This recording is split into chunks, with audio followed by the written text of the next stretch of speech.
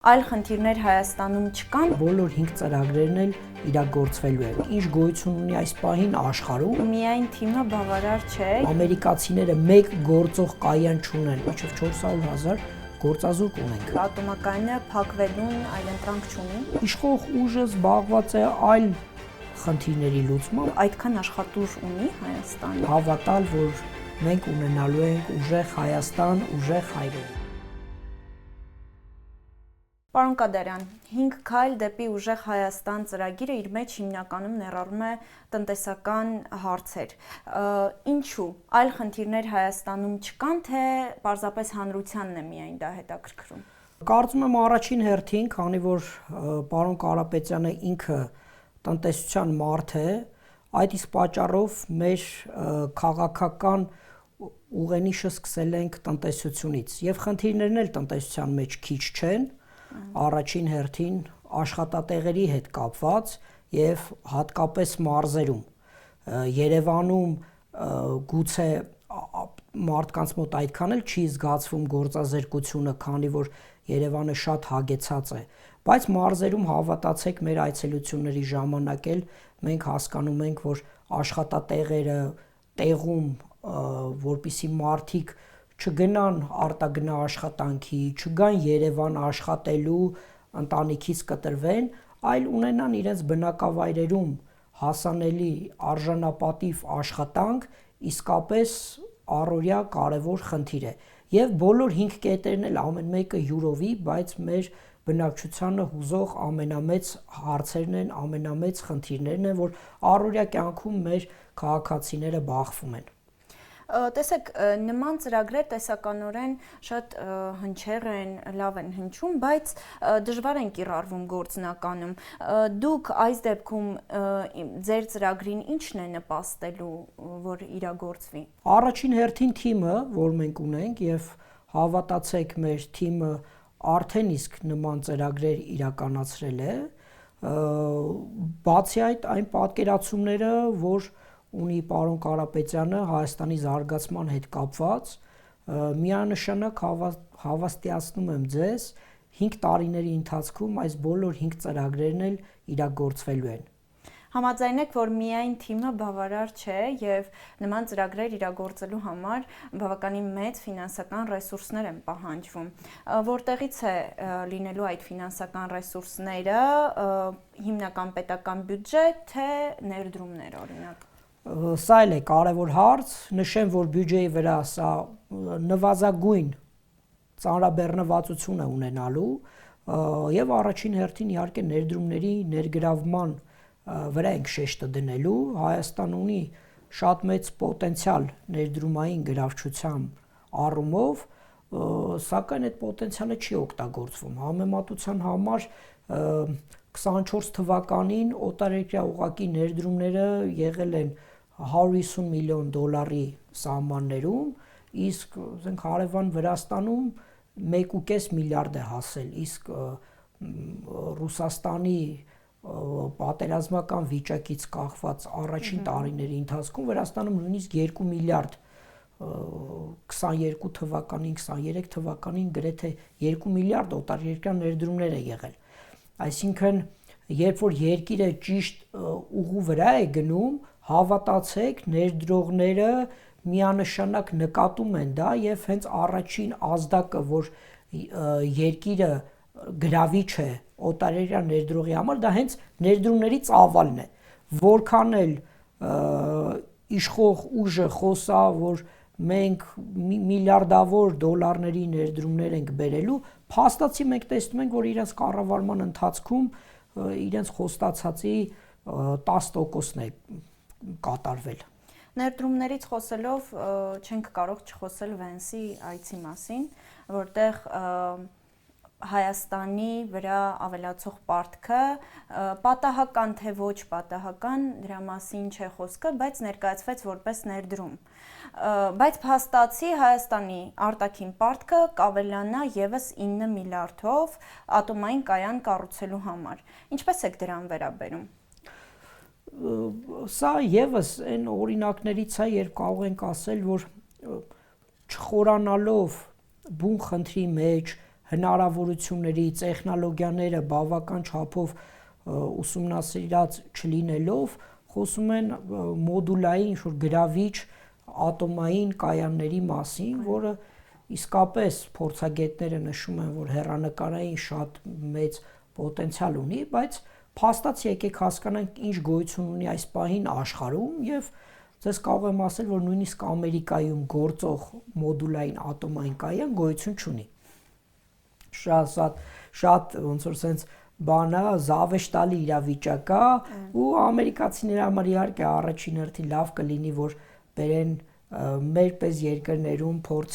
փորձարկել, չգիտեմ, տեսնել արժեքը մոտավորապես ինչքան կստացվի շինարարության, ես կարող եմ նաև մեր քաղաքացիներին, մեր հեռուստադիտողներին էլ բանը ինֆորմացիան շատ հասանելի է, իրանք էլ կարող են շատ հեշտությամբ գտնել, օրինակ Ամերիկայում նմանատիպ նախագիծ 2023 թվականին դադարեցվել է Idaho-ի ազգային լաբորատորիայում, որը միջուկային էներգետիկայի խոշորագույն լաբորատորիաներից մեկն է, մոդուլային կայանի կառուցման, քանի որ բյուջեն գերազանցվել է։ Ու երբ որ այսօր խոսվում է օրինակ 5 միլիարդ պլյուս հետագայում եւս 4 միլիարդ ամերիկյան էքսպորտի մասին, այս թիվը շատ նախնական թիվ է եւ կարող է միանգամից մեծանալ եւ ինչպես հասկանում եք շատ ռիսկային գործարք կարա լինի Հայաստանի նման փոքր երկրի համար, քանի որ աշխարհում այդ տեխնոլոգիան դեռևս չի կիրառվում։ Այո, կարող ենք խոսել, որ ինքը շատ գրավիչ է, որ փոքր մոդուլային կայանները դրանք ապագա ունեցող կայաններն են, բայց պետք է հասկանանք գետի վրա ինչ ունենք։ Ատոմային էներգետիկան ինքը տենց ռիսկային որոշումներ չի սիրում կայացնել ու խոհեմություն եմ մաղթում մեր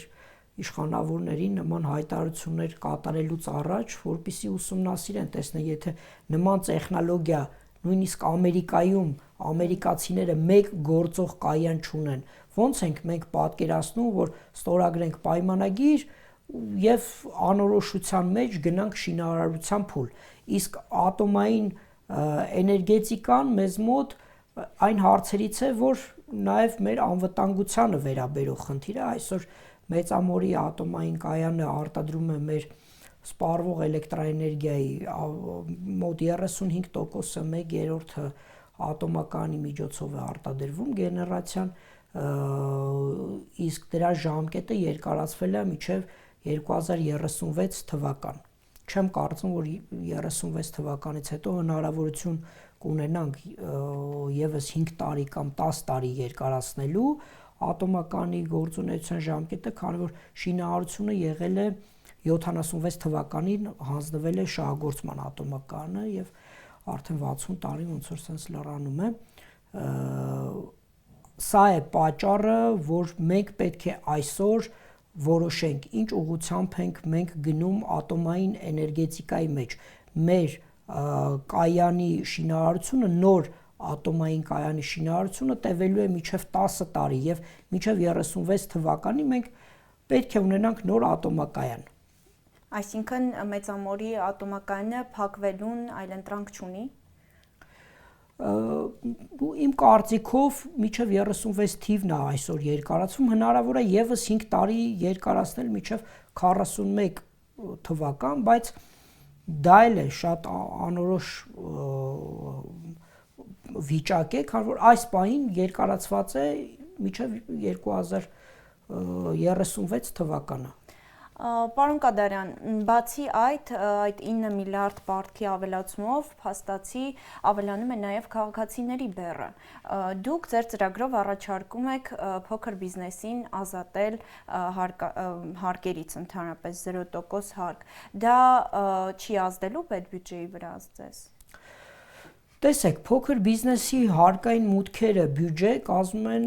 շրջանառության հարկի տեսքով ընդամենը 2.5%-ը եւ սա մեր քաղաքականությունն է, որ մենք պետք է այլ մուտքեր ապահովենք, հատկապես 2%-ը դա այն թիվը չի, որ դրա համար մեր փոքր բիզնեսով զբաղվող քաղաքացիներին անընդհատ ճնշումների մեջ պահենք։ Հարկային բեռը փոքր բիզնեսի համար անցած տարի ավելացավ 5%-ից դառնալով մինչև 10% որոշակի գործունեության համար եւ սա իհարկե նաեւ գների վրա է ազդում, այսինքն բիզնեսը դա որպես ծախս է դիտարկում եւ գինը բարձրացնում է ծառայությունների մատուցման, ապրանքների արժեքի, շատ մեր հանդիպումների ժամանակ քաղաքացիներից լսում ենք, որ շատ բիզնեսներ նաեւ փակվել են նույն հարկային բեռի ավելացման պատճառով, իսկ մենք տեսնում ենք, որ փոքր բիզնեսը եւս այն ուղղություններից մեկն է, որը կարող է ստեղծել լրացուցիչ աշխատատեղեր, լրացուցիչ արդյունք տալ մեր տնտեսությանը, իսկ բյուջետային մուտքերի այդ 2.5%-ը դա այն մուտքերը չեն, որից մեր թիմը կարող է վախենալ կամ մտածենք շատ հեշտությամբ կլրացնենք այդ եկամուտները։ Եթե 5 քայլ դեպի ուժեղ Հայաստան ծրագիրը կյանքի կոչվի, ինչ ժամկետներում կարելի է ակնկալել առաջին տեսանելի արդյունքները ձեզ։ Հենց առաջի տարվանից, օրինակ հարկային բարեփոխումը մենք նախատեսում ենք հենց առաջին իսկ օրվանից նախաձեռնել օրենսդրական փոփոխություն։ 300 աշխատատեղի ստեղծման 300,000 աշխատատեղերի ստեղծումը իհարկե հենց առաջի տարվանից, որովհետև դա չի կարող մեկ տարում իրականացվել, այսինքն դա փուլային գործընթաց է եւ մենք արդեն իսկ ունենք տեսլականը, թե մեր համայնքներում, որ համայնքում ինչ տեսակի արտադրական ձեռնարկություններ կարող են գործարկվել եւ հենց առաջին իսկ օրվանից սկսելու ենք այդ նախագծերի կյանքի կոչումը։ Պարոն Կադարյան, ինչու հենց 300,000 աշխատատեղ, այդքան աշխատուժ ունի Հայաստանը։ Իհարկե, շատ է նաև դրա մասի խոսվում, բայց մենք ունենք թաքնված գործազրկություն, որը մինչև 400,000 տարբեր հաշվարկներով մինչև 400,000 գործազուրկ ունենք։ Թաքնված գործազրկության իմաստով, այսինքն կան աշխատողներ, որոնք որ ճարահատյալ են աշխատում, ցածր աշխատավարձ ստանալով, իրենց պոտենցիալը չեն բացում։ Այո, դա է պատճառը, որ աղքատությունը Հայաստանում 21% է։ Ունենք նաև ծայրահեղ աղքատներ։ Ունենք նաև ծայրահեղ աղքատություն 0.6%, իհարկե, բայց տեսեք այդ աղքատության ցուցանիշն էլ, եթե համեմատության մեջ նայենք Վրաստանի հետ, Վրաստանում 9% կա, 9.5%, 10%-ը չի գերազանցում։ Այսինքն համեմատության մեջ մենք տարածաշրջանի դուրս է գալիս ամենավատ իրացված երկիրն ենք, քանի որ ունենք բարձր գործազրկություն, աղքատության մեծ ցուցանիշ 20%-ը 21-րդ դարում նման աղքատության ցուցանիշ ունենալը անթույլատրելի է կարծում եմ։ Կարող եք այդ 5 քայլից առանձնացնել ձեզ համար ամենակարևորը կամ ամենաառաջնայինը, որն է։ Բոլոր 5 քայլերն էլ առաջնային են, բոլոր 5-ն էլ կարևոր են, բայց քանի որ հերթականությամբ է գրված եւ նաեւ մեր շփումների մեջ ենք մենք տեսնում ամենամեծ ընդգրկուն քայլը դա լինելու է նոր աշխատատեղերի ստեղծումը եւ հատկապես մարզերում,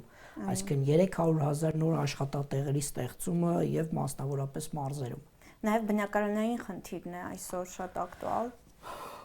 Այո, մեր շատ համակարգացիներ չեն կարողանում գները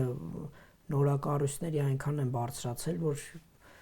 չեն կարողանում իրենց թույլ տալ հիպոթեկային վարկի միջոցով կամ այլ տեսքով բնակարան ձեռք բերել, նմանատիպ մեծ խնդիր կա նաև Գյումրիում, դեռևս ունենք 2500 ընտանիք, որոնք տնակներում են ապրում եւ սա էլ է շատ մեծ խնդիր, որ պետք է օր առաջ լուծվի, մատչելի բնակարանաշինությունը երիտասարդների համար, սա եւս մեծ մասշտաբային նախագիծ է լինելու եւ թույլ է տալու, որպեսզի շինարարությունը որպես տնտեսության լոկոմոտիվ նաեւ ոլորտ չդադարի, այլ ունենա նոր աճ, քանի որ եկամտային հարկի վերացումից հետո տեսնում ենք, որ շինարարությունը մի փոքր անկում է ունենալու եւ այս նոր ծրագիրը, պետական ծրագիրը 20,000 մատչելի բնակարանների նոր շինարարական հնարավորություն է տալու ոլորտին։ Այս առումով նաև կարելի է ասել, որ ձեր բոլոր 5 քայլերն էլ իրար հետ փոխկապակցված են, չէ՞, քանի որ աշխատատեղ եթե ստեղծում եք, նաև մարդկանց տալիս եք հնարավորություն այդ նույն հիպոթեկի գումարը վճարել։ Իհարկե։ Տնտեսությունը տես բան է, այսինքն մեկը մյուսի հետ կապված է, այսինքն նույն 300,000 աշխատատեղը կապված է փոքր բիզնեսի հարկային արտոնության հետ կապված, քանի որ դա եւս նպաստելու է նոր աշխատատեղերի ստեղծմանը, տնտեսական վերջին հաշվով նպատակը մեր հասարակության բնակչության մոտ եկամուտների աճն է, բարեկեցության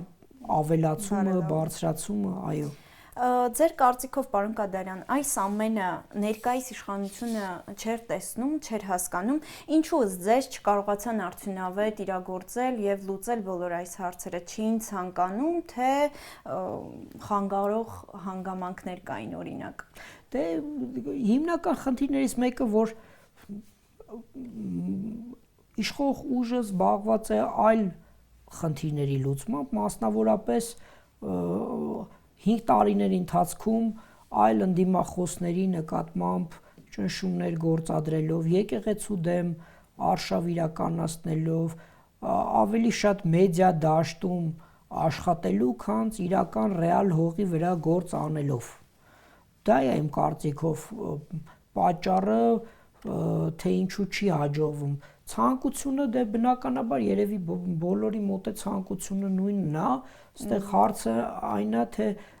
ինչպիսի հնարավորություններ եւ ունակություններ ունեն այդ մարդիկ։ Կարծում եմ դա է լինելու գնահատականը նաեւ մեր քաղաքացիների։ Արդյոք սպասելիքները վերջին 5 տարիների մեր համաքաղաքացիների իրականացվել է, թե ոչ։ Ինչ կոչով կցանկանայիք դիմել մեր հանրությանը, մեր ժողովրդին։ Առաջին հերթին գալ ընտրության, հավատալ, որ մենք ունենալու ենք ուժեղ Հայաստան, ուժեղ հայրենիք։ Շնորհակալություն։ Ես եմ շնորհակալ։